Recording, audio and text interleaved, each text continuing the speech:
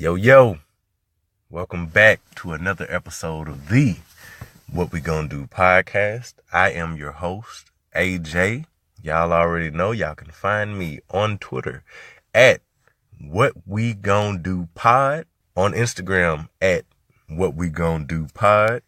Feel free to email me whatwegonnado@gmail.com. If you would like to support the show, make sure you go to patreon.com/what we gonna do. If you are thinking about starting a podcast, go and check out podbean.com/what we gonna do for a free 30 days of unlimited hosting.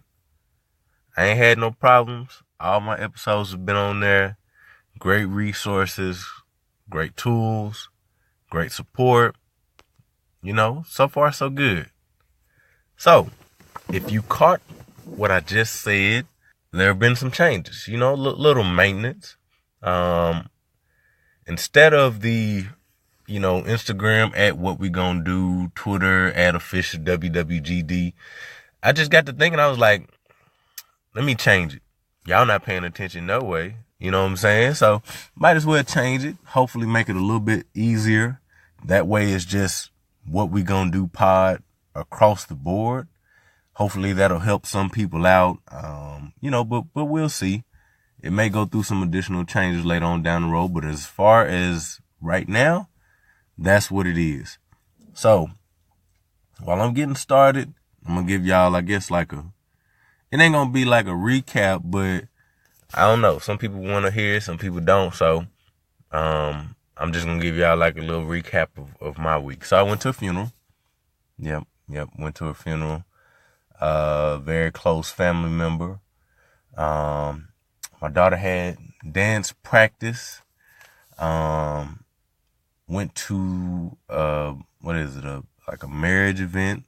Me and my wife, went to like a marriage event that was Friday and Saturday.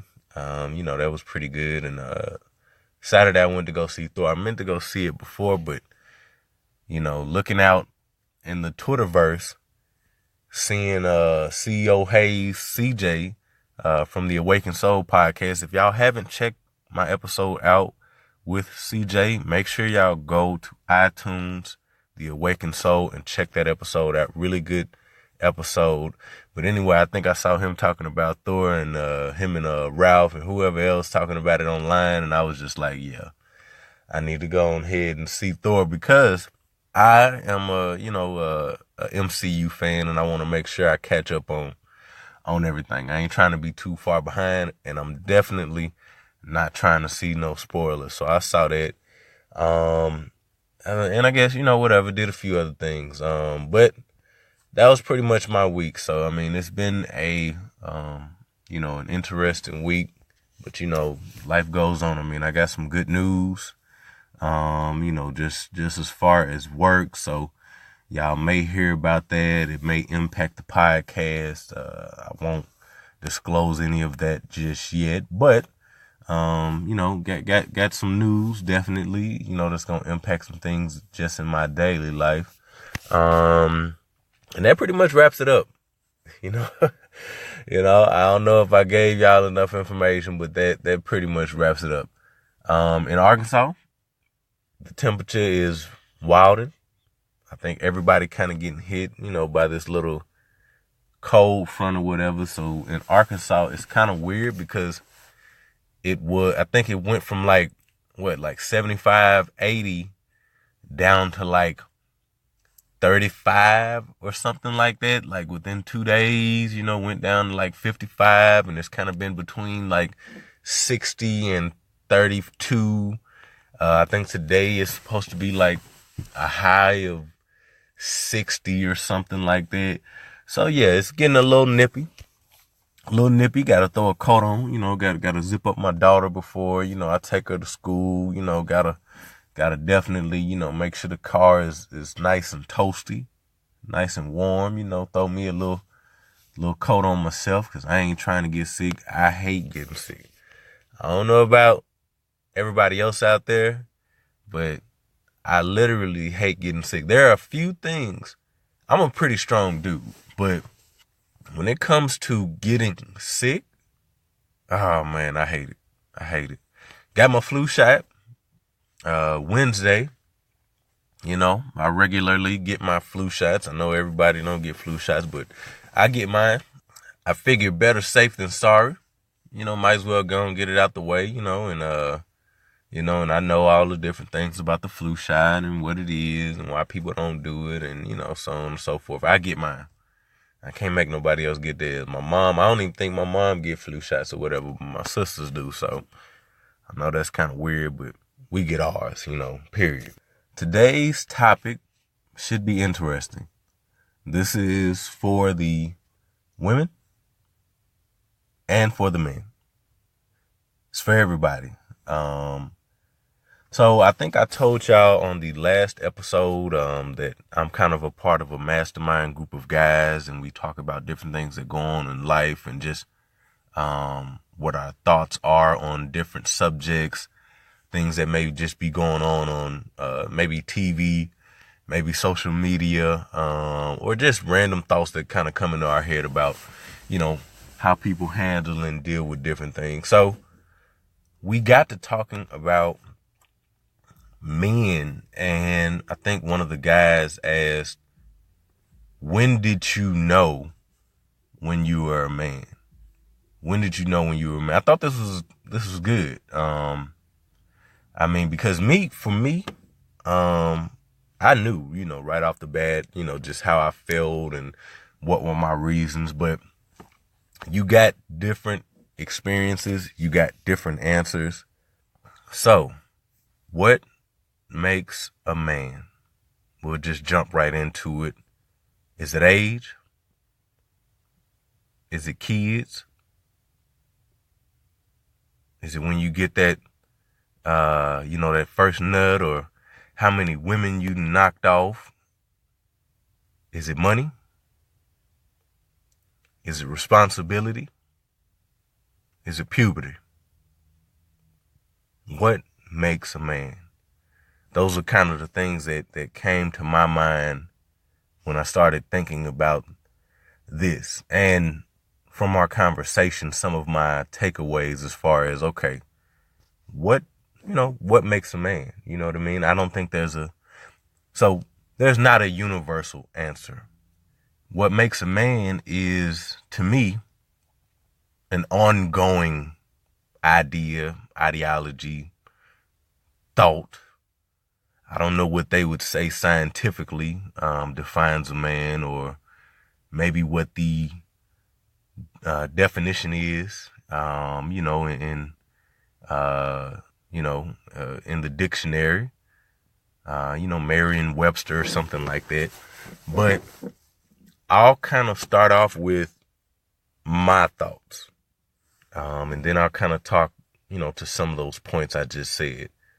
So for me, I've been putting money in my mom's purse since I want to say maybe elementary school. So I'm in Arkansas. I'm from Arkansas. I'm in Arkansas, born in Little Rock, Southwest to be specific, S-Dub. You know what I'm saying? So when I say I've been putting money in my mom's purse since I was young, that didn't really have to do with, nothing illegal. I was, we got grass, you know what I'm saying? So I'm raking leaves. I'm mowing yards. I'm doing little stuff like that. So obviously I got money to go to the candy store, you know what I'm saying? Up the street or whatever, which is just a convenience store, but we just call it the candy store because obviously I'm a kid. I'm not really going there to get anything else. I'm going up there to get me some butterscotch, maybe some old school Laffy Taffies or something. Maybe some, what's that? Big Chew bubble gum, you know what I'm saying? Because they had to have that Big Chew bubble gum, you know what I mean? It reminded you of the, chewing tobacco that they were using in Major League Baseball. So you had your Big Chew bubble gum, and you had them little, I don't know what they was called. They wasn't Chico. I never liked Chico sticks. But anyway, they were remember those little white cigarette things? you had this little white cigarette thing. So anyway, I go up there. I'm primarily getting candy because in the 90s, you could get a bunch of candy really cheap.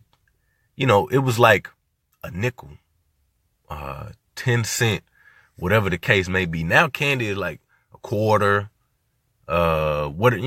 You can't really find nothing, except maybe some chiclets or something, I guess. You can't really find no candy that's like 5 cents or more.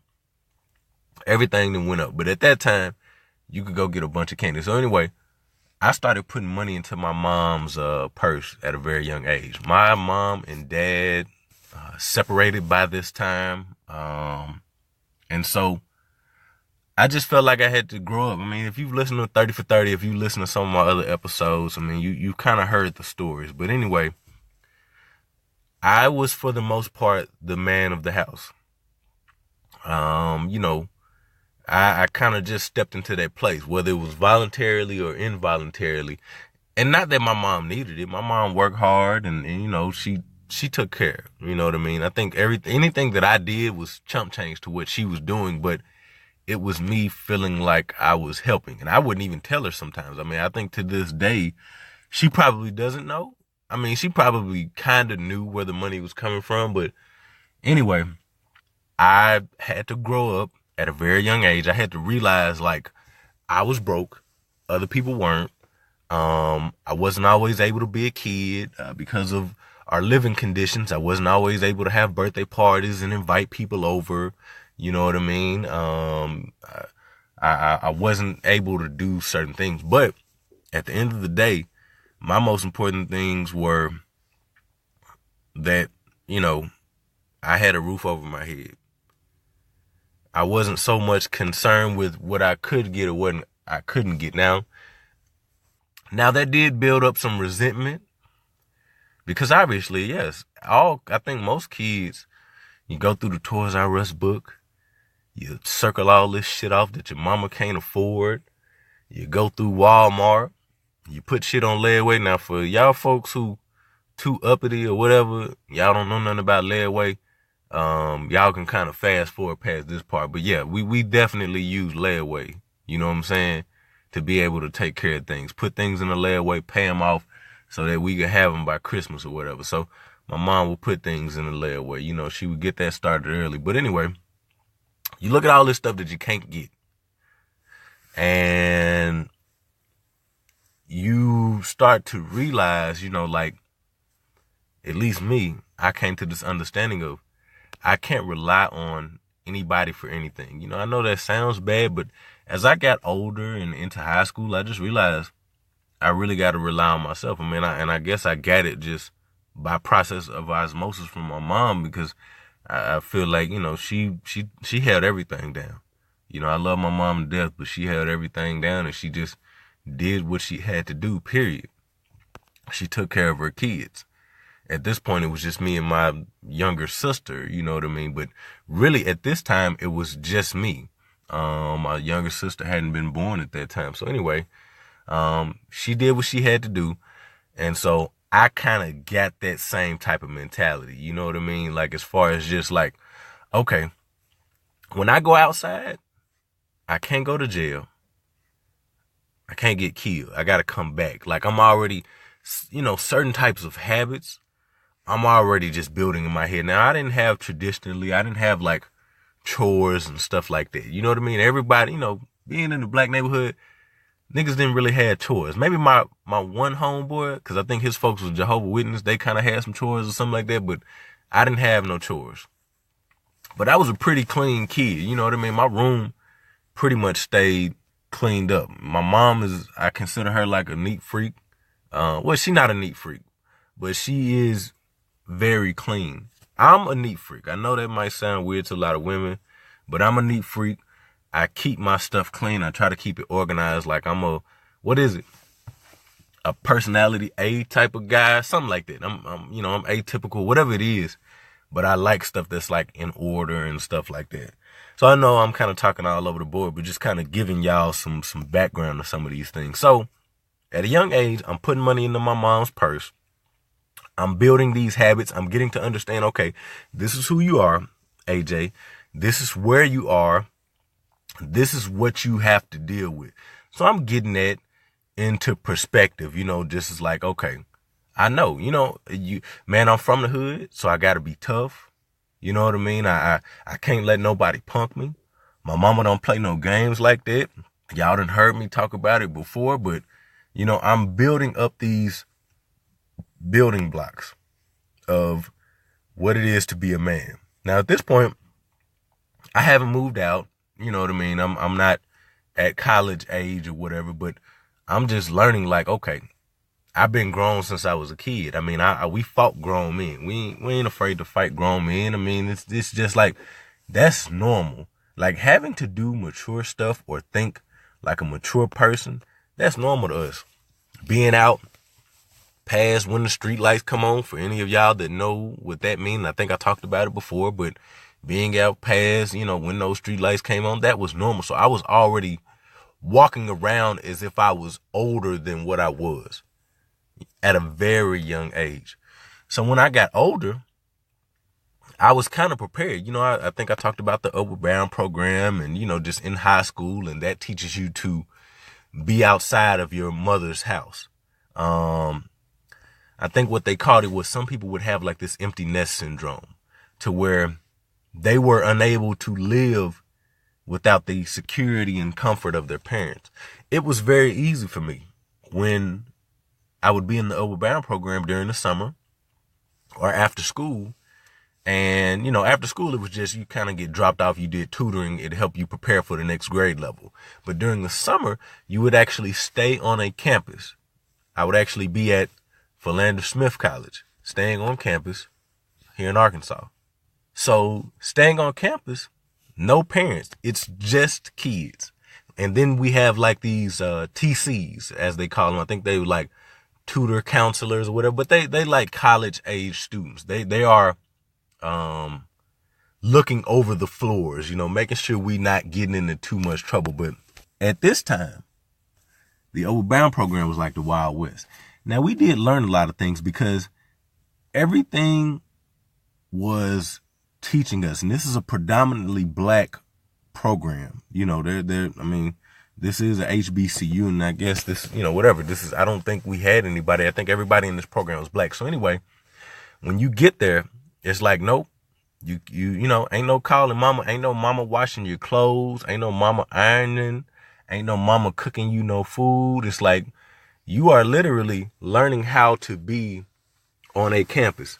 So let me fast forward a little bit, not fast forward, but let me just basically tell you, for those of you who have not been to college or stayed on a college campus, when you move out of your mom's house, you move into the dormitory. Not all dorms have stoves and things like that. So you may have like an electric frying pan.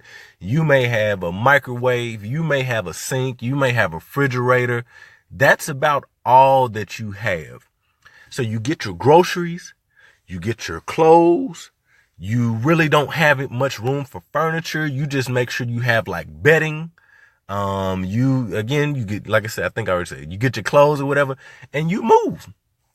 You're literally moving out. You're taking most of the things out of your room and you're moving out. I don't know if any of y'all saw Toy Story 3 when Andy went to college or whatever. Hey man, Andy got to go to college. Yeah, I watched Toy Story. What's up?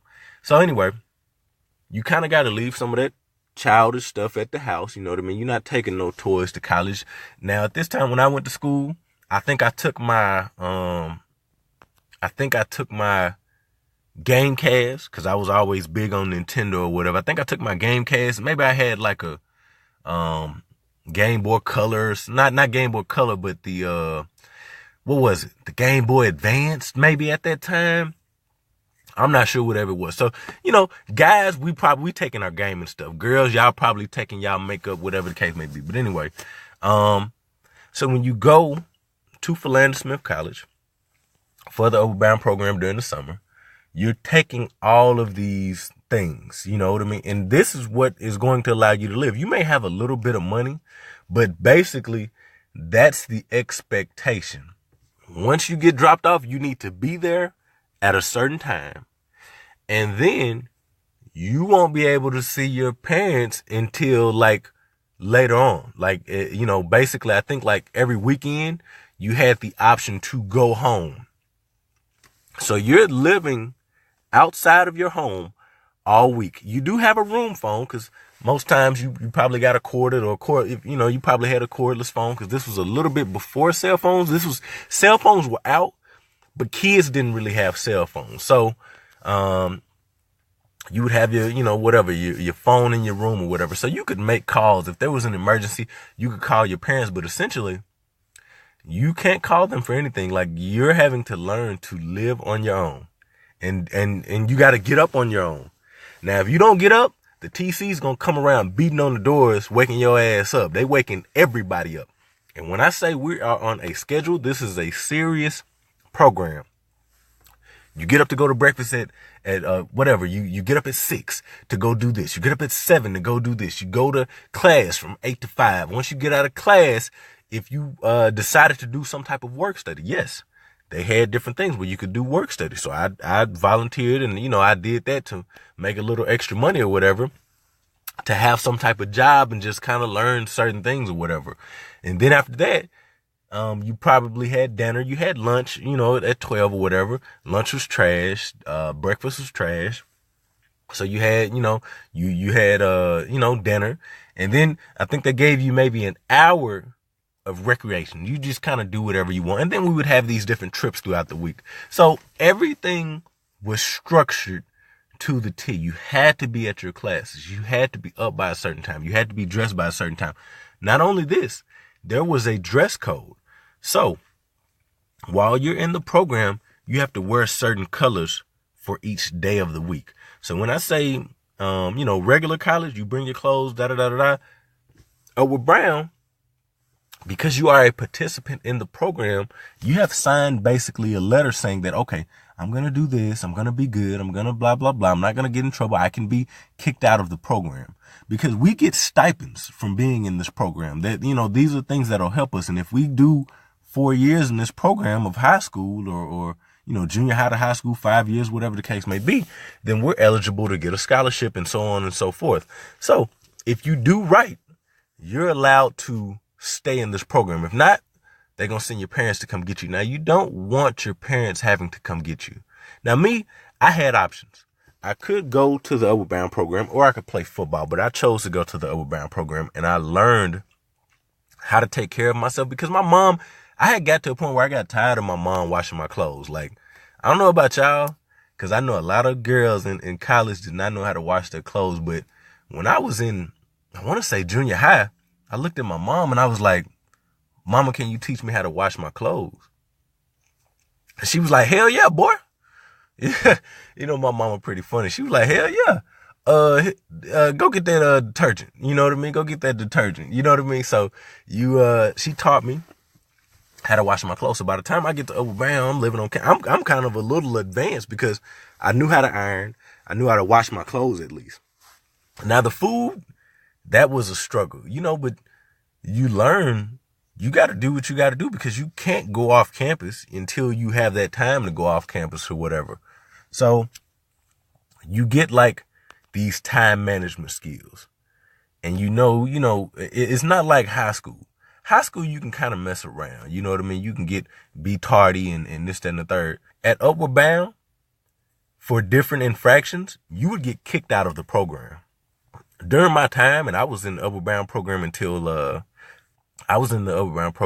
graduation, and people got kicked out of the program. My goal was not to get kicked out of the program, not for nothing like that. That was just, people who didn't like responsibility. People who didn't like someone telling them to do that. That's what that was. You know what I mean? Kids that wanted to be kids. They didn't really want to be mature and have somebody where they had to say yes, sir, no, sir, and all of this other stuff and actually have to listen to. Some of these kids, everybody kind of came from different households. So when you come here, it's kind of a shock. So you telling me that I got to listen to y'all. I can't go home. I don't have anybody to cook for me. and you telling me I need to be cool and do right and all this other stuff. You're trying to help me. I get the actual reason for the program. You know, you're trying to prepare us for college and for the next grade level, but I can't just be like a regular kid during the summer. I can't just run around, act a fool, be crazy, and do whatever I want to do, get in trouble. I gotta, like, go to school in the summer? I know for some of y'all that sound crazy. Like, what? You was going to school in the summer? Yes, I went to school in the summer. So anyway, Upward Bound taught me certain lessons. So once you get past Upward Bound, at this point, I've already had sex, you know what I mean? And I'm already, you know, lost my virginity and all of that different stuff. So I'm engaging in all of that. I'm kind of skipping over that because for me, that's not what made me a man, you know? So yes, I was in the world and of the world. So I did worldly things. But that wasn't defining me. How many girls I was talking to when I was in 9th grade, 10th grade, 11th grade, 12th grade, that wasn't defining me. Talking to the prettiest girl at this school or dating the prettiest girl at this school, that wasn't defining me. I did it. Let's be clear. I did it, but that wasn't defining me as a man. What was more so defining me as a man was my decisions to stay out of trouble, not to smoke, not to drink, not to put my hands on a woman, to listen to my mother, to essentially try to be a good kid. Even though, you know, if y'all been listening, I've definitely had, you know, some other things, you know. There's been a lot. You know, I was always kind of like one kid to my family and to, you know, my grandmother and my mother. And then I was this other kid to the street, you know, and I always say they're the same people, but they don't move the same way. So I'll leave that at that. So you get to college and now I've been through the Upward Bound program. I already know like what it is and I'm from Arkansas. So y'all got to understand. I don't know if everybody get this. Maybe if you from like New York, California or whatever, but when you from Arkansas, when you from gang banging in Little Rock, we already got a certain name. When I would travel, even when we were in the Upward Bound program, anytime it was like, oh, you from Little Rock, everybody know what's up with them Rocktown boys. Everybody know what's up with, you know, with those people. You know, we would always hear like first thing was gang banging in Little Rock. A lot of people didn't even really know about Clinton. Those were the two things you would hear. Mostly it was gang banging in Little Rock. They knew we had a, you know, murder rate or whatever. They knew we was murder capital at one point. People kind of just knew. So when I went to, when I went to college, it was already established. It was already established like what it is. You know, when we get out here, I'm just coming in like, you know what? I don't care about nothing. And when I mean I don't care about nothing is like, at this point, I'm not worried about how anybody is looking at me. So I get to college and I'm getting even more into just like, yeah, I'm that dude. You know, I'm a man. You know what I mean? I'm a man. I don't need my mom. I can live without her. I done went however many hours away to go to school. I can get myself up. I can get myself to class. I can get myself dressed. I can feed myself. I can provide for myself. I'm doing work study or I have a job. You know, I'm a man. Now, I wouldn't say that I was a man at this time, but I've been doing stuff since I was a kid that was like normal to me that most kids didn't start doing until they got to college or whatever the case may be. So I've been doing a lot of stuff just as a certain type of boy, teenager, whatever, adolescent, whatever you want to call it. So I'm just getting more into that where I'm comfortable. I don't have that empty nest syndrome. And let me wrap that up. Empty, you know, again, I already talked about it, but anyway, I don't have that empty nest syndrome to where I can't be away from my home. I can't be away from my mom. I can't live without her. So I'm on campus. I got my car. I had got my car senior year. I know some of y'all got y'all cars earlier than that. I got my car senior year, paid for it, cash, paid for my cell phone bill. Yes. Paid for my insurance. Yes. Now the first semester I did have to borrow money to get my books because apparently I didn't have enough for books, but After that, I didn't have any problems. So anyway, but again, even with borrowing money, I paid that money back over time. You know what I mean? Like I knew that money doesn't just grow on trees. I understood that at a very, very early age. Again, I told y'all I understood like the difference between my life and other people's lives. Why I can't get this, why I can only look at it. I'm a window shopper most of my life. So college, those things are kind of getting embedded. And I know I'm making this long, but anyway, different instances in my life, I feel like I'm building those blocks to being a man. And once you move out, it's like, oh yeah, once you move out, you get a car, you get your own place. It's kind of like you grown now. You grown, you know what I mean? You ain't no baby no more, Jody. You know what I mean? Kind of piss you off. Your mom didn't change your room up. They didn't move your stuff out. You know how some parents do. Once you move out and go to college, you probably don't have a room when you come back. You better not come back home. So I learned those different things. So for me, I think I started saying I was a man once I turned 21. Now, again, you can smoke and whatever at 18. You can drink at 21. I was making my own decisions. I was self-sufficient. That's when I considered myself a man. Once I was self-sufficient to be able to live on my own and take care of myself and make decisions that I could maintain without other individuals helping me. That's when I feel like I was a man. You know what I mean? Not some of the other typical things. You know what I mean? I think that, I remember telling people in junior high and elementary, I was grown. I'm a grown man, you know what I'm saying? But that was like a kid, kind of being aggressive and not wanting to listen. Like don't be just trying to tell people, don't be talking to me like I'm some regular kid. Like don't talk to me like I'm no kid. Like I've been doing stuff that your grown ass ain't been doing. You know what I'm saying? I'm probably making more money on the street than you making at your regular job. You know what I'm saying? I'm making more money as a whatever than you making as a police officer, every hour or whatever, whatever the case may be. I was, whatever. So when I became self-sufficient is when I was like, I'm a man. Not when I got married. Not when I had my daughter. I think that made me more of a man. But that's when I said it. And when I say it, I'm not saying it as a bragging thing, like I'm a man. It's more of just like a respect thing. You know what I mean? Talk to me like a man.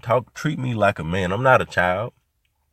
I might be your little cousin. I might be your nephew. I might be this. I might be that. But at this point, I got hair on my face. I got hair, in other places. For those of you who have sensitive ears or whatever, I'm doing this. I'm doing that. Don't treat me like I'm a kid at this point. Don't know how to talk to me, because I'm going to talk to you the same way. Not to say we're exactly on the same level, because I respect you, but just realize that now I'm doing the same things that you're doing. I'm having to make those same decisions that you're having to make in your life, even though you're older than me.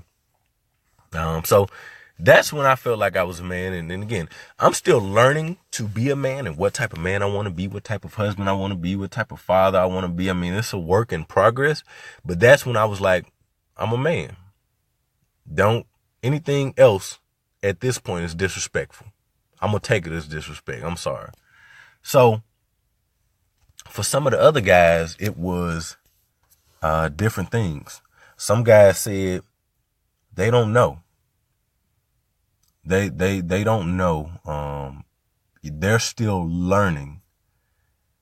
Some of them said they didn't have an example. They didn't have that father figure. They didn't have that man in their life, grandfather, whoever it was. So they didn't really learn who to model after when it came to being a man. I always say I learned how to be a man from my mother. I mean, again, I learned it on my own, but I truly would accredit my mother for the man that I am, because she supported me no matter what I did. And again, I was a good kid. She supported me. She stood behind me. She took care of the house, whether there was a man in the house or not. And so I learned a lot of traits and characteristics from her and my grandmothers. You know, they were also strong women. So I know a lot of guys would say that a woman can't raise a man, and I would disagree. I would vehemently disagree with that. I think that anybody can raise a man, not just a man, because again, anybody can show you bad habits. Anybody can teach you the wrong shit. It's some guys that's from the hood. They teaching you how to be a thug and a gangster. That don't necessarily make you a man just because you know how to rob a nigga or shoot a pistol or hold a knife or slash somebody or break into something. That don't necessarily make you a man. You know, just being honest. I don't think that it's so simple as, you know, sex, male and female. Only a male can make a man, and only a female can make a woman. I don't think so. So I credit my mother just for the type of man that I became, you know, and I'm not perfect, but I think I'm a pretty good man. So some guys, you know, again, they had varying things. Back to, you know, what I said earlier. Is it age? No. Y'all already know where I'm going with this. I don't think your age makes you a man. Because it's some 40-year-old kids. It's some 50-year-old kids. It's some people that still have not grown up. It's some individuals that still living with their mama. We know. I know y'all, man, we got some uncles, aunts, and cousins. Don't lie. 30-year-old, 25-year-old. Ain't never left the house. You know what I'm saying? Look, y'all know. I ain't got to call nobody out. I ain't got to say no names. Y'all know we know people like this. So no, I don't think age makes you a man. I don't think how many girls you done smashed. When would if you first had sex when you was 12 or 13, I don't think that makes you a man. You may no longer be a virgin, but that doesn't make you a man. Like, what habits is that really teaching you to say, I'm a man because I know how to have sex? I don't think that's just the biggest characteristic of a man is, I know how to get women in bed and I know how to manipulate women and get out of these things. You might be a warlock. You know what I'm saying? You might be a manipulator or something like that. That don't make you a man. You know what I mean? You got a good mouthpiece. That don't make you a man. Money. No. I think that most people would look at somebody who has a lot of money or a certain amount of money as a man. But clearly we know that people with money don't make the best decisions. You know, that's period, point blank. Money does not make you a man. You know what I mean? Sometimes, again, money could bring out the worst in you. Money could make you more immature, more childish, not more mature, not things that would help you to be a man. Now, yes, money does allow you to take care of things. Money does allow you to be self-sufficient. But I don't think just money teaches you some of the other social skills that you need to be, I guess, what most people would consider a man in society. Responsibility. Responsibility is great. Everybody should get responsibility when they're young. Parents, it's your responsibility to teach your kids responsibility. I think that that's good because now you have to be accountable for something, but that doesn't make you a man. If your mom tells you to put your toys up, if she tells you to clean up your room, if she tells you to put gas in the car, if she tells you to mow the yard, if she tells you to rake the leaves, if she tells you to clean out the gutters, whatever the case may be, that doesn't make you a man. Those are building blocks that can be put together and can form a man, can mold a man, can shape a man, but that alone doesn't make you a man. The fact that you have responsibilities. I think there's more to it than just, I have responsibilities. And again, you have to take care of those responsibilities. That's a part of it. You can't just have responsibilities and neglect them and still consider yourself a man. It don't work that way. Hell no. It's a lot of fathers walking around here with responsibilities, don't take care of them, and they, they think they fathers. You think you a man? That don't make you a man. Having things that you're supposed to take care of and you don't, that doesn't make you a man. And what else did I say? Puberty. Yeah. Get a little hair on your nuts. Get a little hair on your under your arms. You know what I mean? Get a little peach fuzz on your face. You know what I'm saying? Get a little stubble. Does that make you a man? What y'all think? Come on. Biologically. That's just like saying when a girl has her first period, she's a woman. Some people probably would say that, but I would disagree with that as well. But again, you can have children, I think, ain't that right, women? You can have children once you hit your, puberty and, have your first period or whatever. So you're of child rearing age or whatever at 11, something like that. I don't know if that makes them a woman. I would say it doesn't. Look, we know babies is having babies. You know what I mean? So it's not like I'm finna just give anybody that title. You can't give these things out loosely. You know what I mean? Just because people have certain things. They may have one thing out of 10. No. You can't just have one thing and then say that you are this. I don't think so. That's just me. So puberty, hell no. That don't make you a man just because you can bust a nut. That means you got some semen in you. You know what I mean? You got some little swimmers. That means you can have a child. That means you can go out. You can get in some trouble. Your penis get hard. You can catch something. It means quite a few things, but that doesn't make you a man alone. So I'll end with this. 2 questions for y'all out there. What makes a man? And who taught you how to be a man? Just think about that. Just try to take it out of space and form and put it into something. Just kind of think like really good or bad, because nobody's perfect, good or bad, but just try to think like what? Where? I'm going to leave y'all with that just to kind of think about and ponder on. I hope y'all enjoyed this episode. I still got some things to work out, got some things I need to do better, but I hope y'all enjoyed that episode. Again, this is AJ. This is the What We Gonna Do podcast. Find me on Twitter. Find me on Instagram. If you want to support me, like I said, visit patreon.com/what we gonna do. If you are thinking about starting a podcast, visit podbean.com/what we gonna do. I appreciate all of the support, the downloads, the tweets, the follows, the replies. I appreciate all that. Y'all keep doing that. Y'all keep spreading the word. Share this. Subscribe. Leave me a review. Anything is appreciated.